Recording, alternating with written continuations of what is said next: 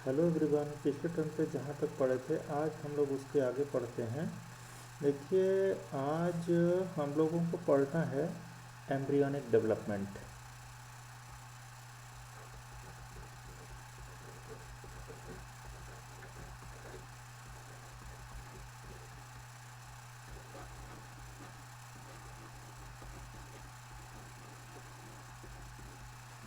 Embryonic development. अच्छा, जो embryonic development होता है मेनली जाइगोट के बाद से स्टार्ट हो जाता है क्लीवेज। तो आप चाहें तो अपनी एनसीईआरटी खोल लें। वैसे बिना एनसीईआरटी के अच्छा नहीं लगेगा, आप एनसीईआरटी खोल लें क्योंकि मैं एनसीईआरटी से ही पढ़ा रहा हूँ।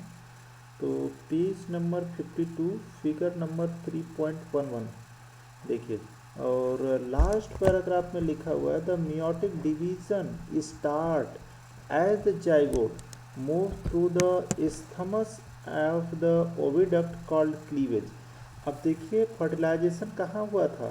Ampullary isthmus junction, ampullary isthmus junction पे हुआ था फर्टिलाइजेशन। वहाँ पर जाइगोट बन गया था, उसके बाद क्लीवेज स्टार्ट हो जाती है। मतलब कि जाइगोट डिवाइड होने लगता है। तो जाइगोट डिवाइड होता है, देखिए लिखा हुआ है 2 सेल, 4 सेल, 8 सेल और 16 डाटर सेल्स। मतलब अब देखिए ओविडक्ट कॉल्ड क्लीवेज, जब वो इस्थमस में ही मेनली फैलोपियन ट्यूब में ही डिवाइड होना स्टार्ट हो जाता है। तो और उसी समय क्लीवेज स्टार्ट हो जाता है। द यूट्रस फिगर 3.11 वो देखने के लिए बता रहा है। देखिए, आप देखना भी चाहें तो देख सकते हैं। जो ए वाला जो फिगर बनाया है वो देखिए, वो जो है वो क्या है, वो सेकेंडरी oocyte है। और बी वाला जो कि है वो फर्टिलाइजेशन हो रहा है, ठीक है। लेकिन सी वाला जो कि है फर्स्ट क्लीवेज, सी वाला फर्स्ट क्लीवेज है और डी वाला जो कि है सेकंड क्लीवेज है। फर्स्ट क्लीवेज का मतलब जब जाइगोट पहली बार जो कि डिवाइड करता है, फिर उसके बाद सेकंड क्लीवेज जो वो है जब जाइगोट डिवाइड करता है दूसरी बार, ठीक है। फिर उसके बाद कई डिवीज़न हो जाते हैं। फिर उसके बाद मारुला स्टेज आती है। मारुला स्टेज 8 to 16 सेल स्टेज को बोला जाता है। अब देखिए, देखिए कह रहे हैं, क्या करें, and farmed 2 4 6 2 4 8 16 daughter cells called blastomere. अब हम ये जो जाइगोट से 2 सेल बनी, 2 से 4 सेल बनी, 4 से 8 सेल बनेंगी, 8 से लेकर के ये 16 सेल बनेंगी। तो ये सब क्या है? ब्लास्टोमियर। इस सेल्स का नाम दिए हैं ब्लास्टोमियर। 2 ब्लास्टोमियर, 4 ब्लास्टोमियर, 8 ब्लास्टोमियर और 16 ब्लास्टोमियर। अब देखिए क्या करें, the embryo with 8 to 16 blastomere called morula. मतलब 8 से लेकर के 16 तक हम इसको नाम देते हैं मारुला। और ये सभी क्या है? ब्लास्टोमियर। ये जो कि है क्या है? ये है ब्लास्टोमियर, ठीक है। ये जो ब्लास्टोमियर हैं, ये उनका सेल्स का नाम दे रहे हैं जो डाटर सेल्स हैं, ठीक है। और इसी सेल स्टेज पर जो कि है क्या हो जाता है, मेनली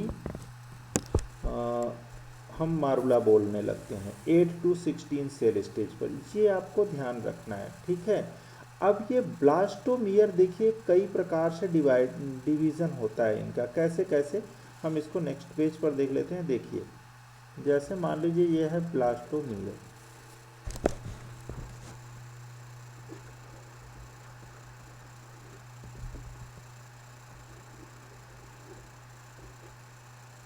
जो ब्लास्टोमियर की सेल्स होती हैं वो डिवाइड होती हैं 2 पार्ट में। तो एक बाहर की तरफ होती हैं तो उनको हम लोग बोलते हैं आउटर सेल मास,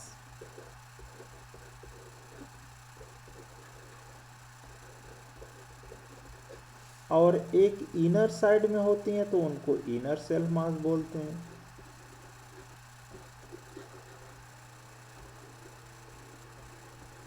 ठीक, अब देखिए ये जो आउटर सेल मास हैं ये बनाती हैं ट्रोफोब्लास्ट।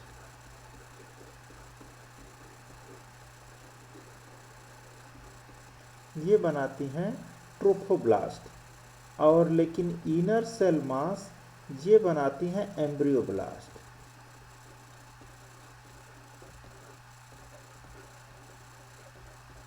ठीक, अच्छा, और अब ये ट्रोफोब्लास्ट आगे चल करके बनाती हैं कोरियोनिक विलाई।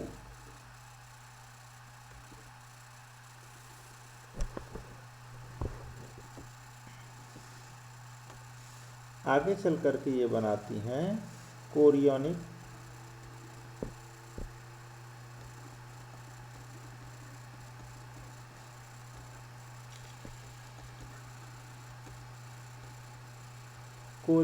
विलाई बनाती हैं, और जो एम्ब्रियोब्लास्ट हैं आगे चल करके यही करती हैं फॉर्मेशन ऑफ एम्ब्रियो।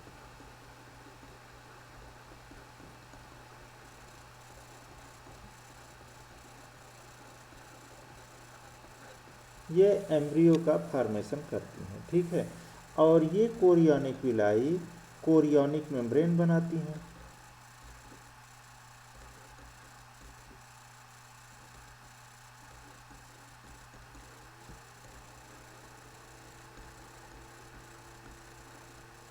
और ये कोरियोनिक मेम्ब्रेन ही रिलीज करती है HCG, ह्यूमन कोरियोनिक गोनाडोट्रोपिन। ये हार्मोन रिलीज करती है, और इसी हार्मोन के रिलीज होने के कारण ही प्रेगनेंसी बनी रहती है।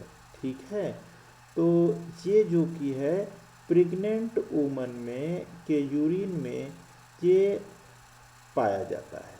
अगर उसे चेक करेंगे तो HCG मिलने लगती है। ठीक, तो मेनली आपको ये ध्यान रखना है कि ब्लास्टोमियर की जो सेल्स होती हैं, जैसे मान लीजिए ये हो गई, तो एक ये बाहर की तरफ अरेंज हो जाएंगी और एक तरफ अंदर की तरफ इस प्रकार से अरेंज हो जाएंगी। तो ये जो कि होती है आउटर सेल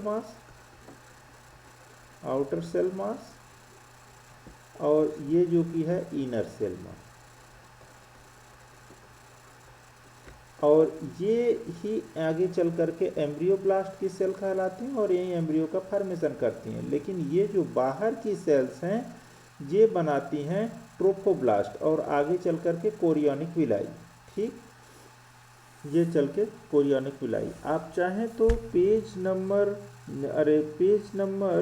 52 पर फिगर 3.11 में जी वाला जो फिगर दिया हुआ है ब्लास्टोसिस्ट का, आप वो दे सकते हैं। बाहर की तरफ ट्रोफोब्लास्ट की लेयर है और अंदर की तरफ अलग कलर से इनर सेल मास है, वही जो कि है टोटीपोटेंट होती हैं। जो इनर सेल मास होती हैं टोटीपोटेंट होती हैं, ये हर प्रकार की सेल्स बनाने की क्षमता रखती हैं, इनर सेल मास। ठीक,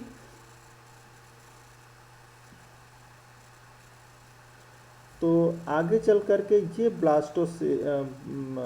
जो कि है ब्लास्टोमियर आगे चल करके मारुला बनाती है। ये सारी बातें ये क्लियर हो गई। फिर उसके बाद अब जो कि है इम्प्लांटेशन हो जाता है। इतनी चीज़ें होने के बाद जो कि है इम्प्लांटेशन हो जाता है। आप चाहें तो देख सकते हैं पेज नंबर 53 पर जो पहला पैराग्राफ है उसमें लास्ट में देखिए लिखा हुआ है, लास्ट देखिए 3 लाइन ऊपर पढ़ लेते हैं। देखिए, after attachment of uterine wall divided rapidly the covers the blastocyst. मतलब अब ये जो कि है ब्लास्टोसिस्ट जो कि है को कवर कर लेता है, वो तेजी से डिवाइड होने लगती हैं cells. As a result of blastocyst become embedded in the endometrium of the uterus. मतलब यूट्रस की जो वाल है, अंदर वाली एंडोमेट्रियम की वाल है, उसी में एक प्रकार से एम्बेडेड धंस जाती है। This is called implantation. इसी को हम लोग जो कि बोलते हैं implantation, and it leads to pregnancy. अब यहाँ से ये मेनली जो कि है प्रेगनेंसी आगे बढ़ने लगती है। ठीक है, आप चाहें तो जो एच वाला फिगर दिखाया है देख सकते हैं, उसमें एच वाला जो फिगर है फिगर 3.11 ब्लास्टोसिस्ट इम्प्लांटेशन। ठीक, तो ब्लास्टोसिस्ट स्टेज पर जो कि है इम्प्लांटेशन हो जाता है। तो ये तो बातें हो गई मेनली इम्प्लांटेशन की। ठीक है, इम्प्लांटेशन है क्या? इम्प्लांटेशन मेनली एम्ब्रियो का किससे अटैचमेंट? यूट्राइन वाल से अटैचमेंट, और वो भी कौन सा वाल? मेनली जो कि अंदर वाली वाल होती है एंडोमेट्रियम की वाल, उससे अटैचमेंट ही क्या कहलाता है? इम्प्लांटेशन। अब हम आते हैं प्रेगनेंसी। देखिए अब आगे क्या है, आगे है पेज नंबर 53 पर। देखिए सबसे ऊपर है जो एक हेडिंग लिखा हुआ है प्रेगनेंसी एंड एम्ब्रियोनिक डेवलपमेंट। देखिए क्या लिखा हुआ है, after implantation finger like projection upper on the trophoblast called chorionic villi. वो जो कि है क्या, जो कि ट्रोफोब्लास्ट आगे चल करके क्या बना लेती है? Chorionic villi. और यही कोरियोनिक विलाई देखिए which are surrounded by the uterine tissue and maternal blood. और ये कहाँ होती हैं? ये सराउंडेड घिरे होते हैं bye the uterine tissue and, देखिए पेज नंबर 53 पर फिगर 3.12 में देखिए लिखा हुआ है, बना हुआ है कि मेनली देखिए प्लेसेंटल वेलाई है। देखिए यही है कोरियोनिक वेलाई, जो ब्लैक कलर से दिखाया हुआ है प्लेसेंटल वेलाई। ठीक है, ये क्या है? मेनली फिंगर लाइक प्रोजेक्शन होता है पूरी एम्ब्रियो के चारों तरफ, और उसके बाद जो कि है ये यूट्रस की वाल में मेनली क्या होता है? धंसा हुआ होता है। ठीक, से उसको मेनली पकड़ा रहता है। ठीक, तो ये बातें तो हो गई मेनली प्लेसेंटा की। ठीक, आगे आगे देखते हैं। देखिए the chorionic villi and uterine tissue become integrated with each other and jointly forms a structure and functional unit between developing embryo and maternal body called placenta। अब देखिए कह रहे हैं कि यूट्राइन वाल और कोरियोनिक विलाई दोनों मिल करके उनके बीच में एक प्रोजेक्शन लाइक स्ट्रक्चर बन जाता है, जिसको हम लोग नाम दे देते हैं क्या है? प्लेसेंटा। ठीक, वो उसको हम लोग नाम दे देते हैं प्लेसेंटा। ठीक, अब आगे देखिए, अब प्लेसेंटा क्या है? The placenta facilitate the supply. अब ये प्लेसेंटा क्या करता है? ये फैसिलिटी प्रोवाइड कराता है। देखिए क्या क्या,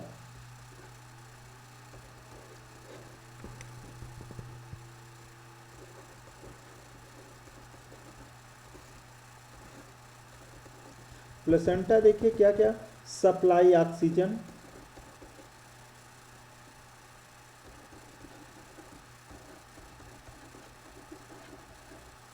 ऑक्सीजन की सप्लाई करता है, और nutrients,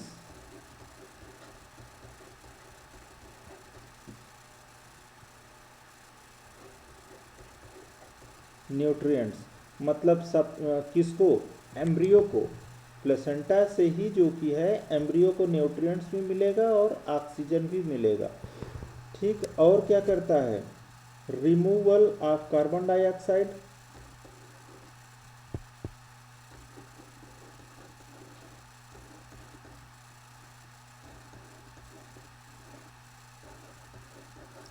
CO2 and excretory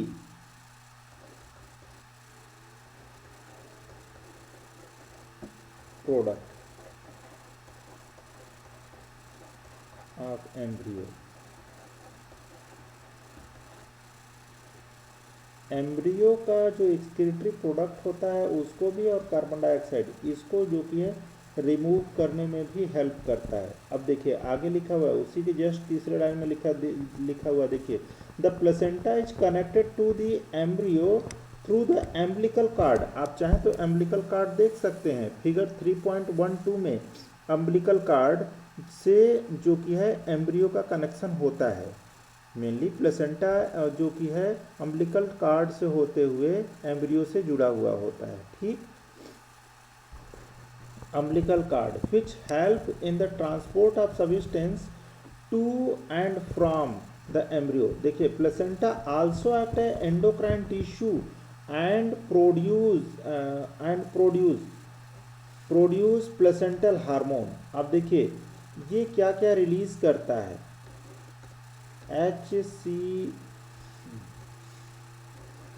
HCG human chorionic gonadotropin, और क्या HPL ह्यूमन प्लेसेंटल लैक्टोजन ये हार्मोन, और अगला एस्ट्रोजन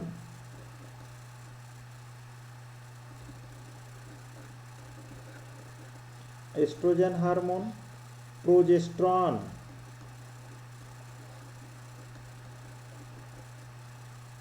और क्या है रिलैक्सिन। इतनी चीजें जो कि है ये सभी हार्मोन रिलीज करता है। ये सभी जो कि है हार्मोन रिलीज करता है। देखिए ये लिखा हुआ है, देखिए लिखा हुआ है एंडोक्राइन टिश्यू। ये क्या है? प्लेसेंटा एक एंडोक्राइन टिश्यू है। देखिए several hormone like human chorionic gonadotropin, HCG human placental lactogen, HPL estrogen, progesterone etcetera, ये सभी हार्मोन जो कि वो रिलीज करता है। इन द लेटर बाद में कह रहा है फेज ऑफ प्रेगनेंसी, जब लास्ट स्टेज चल रहा होता है प्रेगनेंसी का, a hormone called relaxin is also secreted by the ovary, ovary के द्वारा रिलीज होता है। और let us remember the HCG, HPL and relaxin and are produced in women only during pregnancy. मतलब ये देखिए तीन हार्मोन HCG, HPL और रिलैक्सिन, ये तीनों हार्मोन सिर्फ और सिर्फ प्रेगनेंसी टाइम में ही रिलीज होते हैं। In addition during pregnancy the level of other hormone like estrogen, progesterone, देखिए कॉर्टिसोल और क्या prolactin, thyroxine etcetera are increase several folds in the maternal blood. Increased production of these hormones is essential for supporting the fetal growth, metabolic changes in the mother and maintenance of pregnancy. अब देखिए कौन कौन से hormone, देखिए कह रहे हैं oestrogen, progesterone, cortisol और प्रोलैक्टिन और थायरॉक्सिन, ये सभी हार्मोन मदर की ब्लड में क्या इनका जो कि है लेवल होता है वो हाई रहता है, वो रिलीज होते रहते हैं, ज़्यादा मात्रा में दिखाई देते हैं प्रेगनेंसी के टाइम। क्यों? क्योंकि ये उसके ग्रोथ के लिए, मतलब बेबी के ग्रोथ के लिए ये ज़रूरी है। फीटस को भी ग्रोथ होना चाहिए, फीटस के ग्रोथ के लिए ज़रूरी है, और प्रेगनेंसी को मेंटेन रखे इस वजह के लिए भी ज़रूरी है। तो ये हार्मोन हमेशा रिलीज होते रहते हैं, ज़्यादा मात्रा में रिलीज होते हैं। देखिए immediately after implantation the inner cell mass embryo differentiates into an outer layer called ectoderm. अब देखिए जो इनर सेल मास था, मैं दिखाता हूँ, ये देखिए formation of embryo, inner cell mass, ये एम्ब्रियो ब्लास्ट में चेंज हो गया। एम्ब्रियो ब्लास्ट ये एम्ब्रियो का फॉर्मेशन करता है और इसमें एक्टोडर्म बनता है।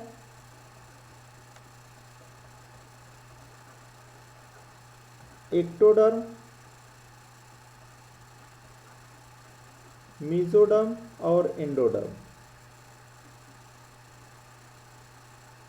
अब देखिए पूरी बॉडी को एक्टोडर्म, मेसोडर्म और एंडोडर्म ये तीनों मिलकर के बनाते हैं। ठीक, सबसे बाहर की तरफ एक्टोडर्म होता है और सबसे अंदर की तरफ एंडोडर्म होता है, बीच में जो कि मेसोडर्म होता है। ठीक, तो ये बातें तो हो गई।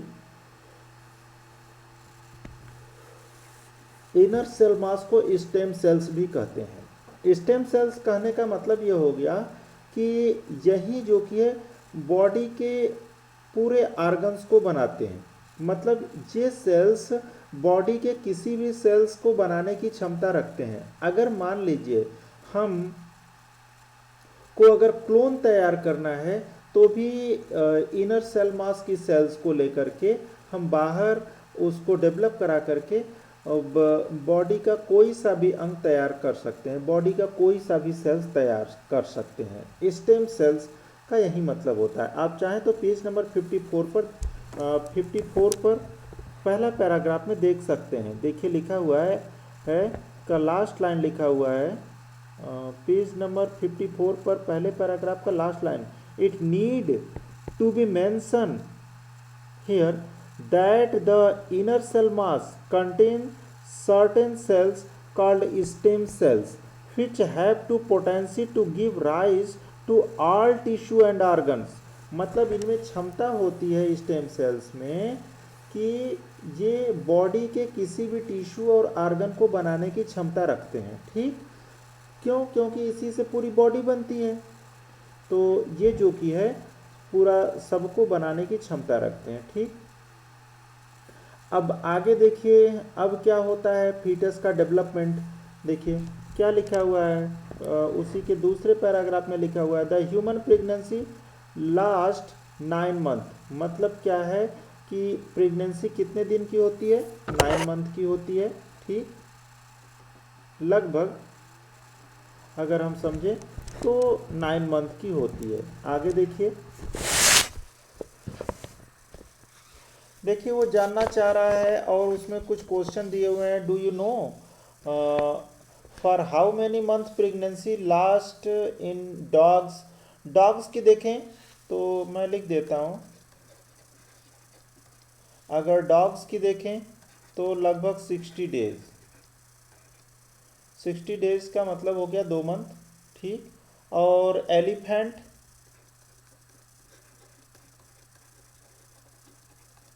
अगर एलिफेंट का देखें तो 6 to 4 डेज होता है। ठीक, और किसका दिया हुआ है? मान लीजिए कैट है। अगर कैट का है तो आप लगभग 63 to 65 डेज 60 to 65 डेज आप समझ सकते हैं। और भी दिया हुआ है कुछ, एक आप चाहें तो रैबिट का लिख सकते हैं। अगर रैबिट का देखें तो 32 डेज और ह्यूमन का देखेंगे तो 270 डेज। इतने दिन का मतलब लगभग प्रेगनेंसी होता है। ठीक, आप एलिफेंट का देखिए बहुत दिन हो गया, लगभग 2 साल, लगभग 2 साल के आसपास एलिफेंट की प्रेगनेंसी होती है। ह्यूमन का 270 डेज। ठीक, और लगभग 12 week.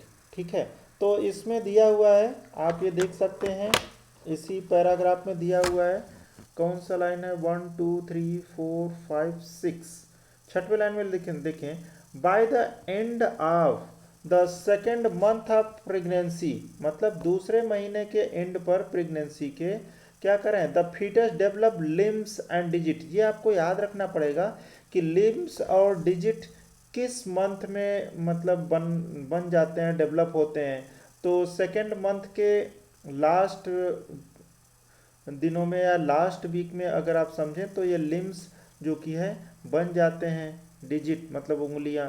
Bye the end of 12 week मतलब थर्ड ट्राइमेस्टर 12 वीक हो जाने के बाद क्या होता है? Most of the major organ system are formed. ज़्यादातर ऑर्गन्स जो कि बन गए रहते हैं। For example the limbs and external genitalia organs are well developed. और जैसे मान लीजिए आप लिम्स मतलब पैर भी बन गए रहते हैं और वेल डेवलप्ड हो जाते हैं। एक्सटर्नल जेनेटिलिया भी डेवलप हो गए रहते हैं। देखिए the first movement of the fetus and appearance of hair on the head are usually observe during the 5th month, मतलब 5वें मंथ में उसकी बॉडी पर जो कि बाल आ जाते हैं, हेयर आ जाते हैं हेड पर। By the end of 24 week second trimester, 24 week हो जाने पर the body is covered with fine hair. हाँ, मतलब ये जो कि है पूरी तरह से पूरी बॉडी पर बाल अगर हम बात करें तो ये सेकेंड ट्राइमेस्टर बीतने के बाद आता है, लगभग 24 वीक के बाद। अब देखिए आई लिड सेपरेट हो जाते हैं एंड आईलेसेस आर फॉर्म्ड।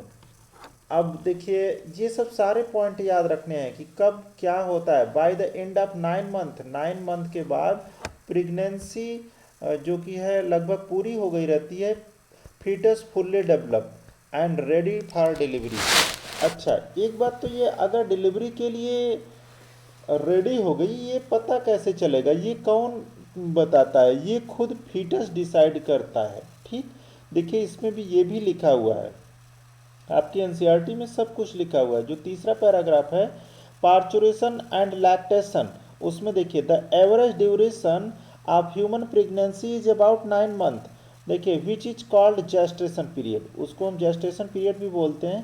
देखिए vigorous contraction of the uterus the end of the pregnancy causes explosion delivery of the foetus.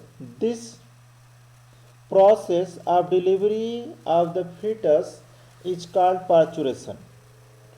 जैसे ही बच्चे का जन्म होता है इस प्रोसेस को हम लोग क्या नाम देते हैं? पार्चुरेशन नाम देते हैं। देखिए parturition induced by a complex neuro endocrine mechanism. Parturition है क्या? एक न्यूरो एंडोक्राइन मैकेनिज्म है, मतलब सिर्फ हार्मोन के कारण नहीं होता है और न ही सिर्फ नर्वस सिस्टम के कारण होता है, मतलब दोनों के का इसमें फंक्शन होता है। मतलब नर्वस सिस्टम का भी फंक्शन है और हार्मोन का भी फंक्शन है। नर्वस सिस्टम भी काम करता है और एंडोक्राइन सिस्टम भी काम करता है मैकेनिज्म। देखिए द सिग्नल फॉर पार्चुरेशन, मतलब बेबी को बाहर आना है, बर्थ होना है, originate from the fully developed fetus and the placenta which induced mild uterine contraction। मतलब वो जो कि फीटस है वो कॉन्ट्रैक्शन स्टार्ट करता है, ठीक है, which is induce mild uterine का, यूट्रस में कॉन्ट्रैक्शन स्टार्ट करता है, कॉल्ड फीटल इजेक्शन रिफ्लेक्स। पहली बार फीटल इजेक्शन रिफ्लेक्स जो कि है फीटस ही स्टार्ट करता है और यूट्रस में। फिर उसके बाद यूट्रस में एक बार स्टार्ट हो जाता है तो उतना ज़्यादा मात्रा में जो कि रिलैक्सेशन रिलीज होगी और जितना ज़्यादा रिलैक्सेशन रिलीज होगी उतना ज़्यादा फिर कॉन्ट्रैक्शन होगा। देखिए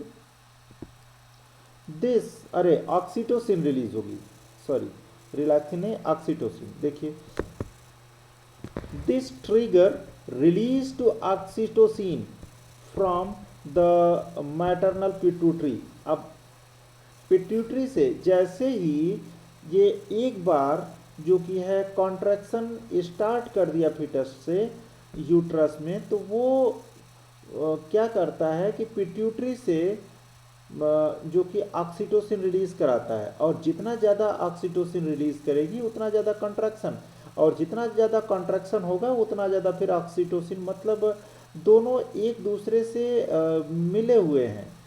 जितना ज़्यादा वो कॉन्ट्रैक्शन होगा उतना ज़्यादा ऑक्सीटोसिन रिलीज होगी और जितना ज़्यादा ऑक्सीटोसिन रिलीज होगी उतना ज़्यादा कॉन्ट्रैक्शन होगा। देखिए लिखा हुआ है oxytocin act as a uterine muscle and causes stronger uterine contraction which in turn stimulates further secretion of oxytocin। मतलब बार बार ऑक्सीटोसिन रिलीज होता रहता है और ज़्यादा से ज़्यादा कॉन्ट्रैक्शन होने पर जो कि है बेबी बाहर आ जाता है, पार्चुरेशन हो जाता है। देखिए stimulatory reflex between the uterine contraction to oxytocin secretion continue, बार बार होता रहता है, स्ट्रॉन्गर कॉन्ट्रैक्शन होता जाएगा और अंत में जो कि है बेबी का बर्थ हो जाएगा। ठीक, इसमें लास्ट पैराग्राफ हम लोग देख लेते हैं। देखिए The mammary gland of the female undergo differentiation during pregnancy and start producing milk toward the end of pregnancy by the process called lactation. मतलब कि प्रेगनेंसी के लास्ट टाइम में जो कि क्या होता है, मिल्क का प्रोडक्शन हो जाता है और सिक्रीशन होने लगता है, तो उसी को मेनली हम लोग नाम देते हैं lactation. This help the mother's in feeding a new born. ये जो कि मिल्क होता है न्यू बॉर्न बेबी को फीडिंग कराने के लिए होता है.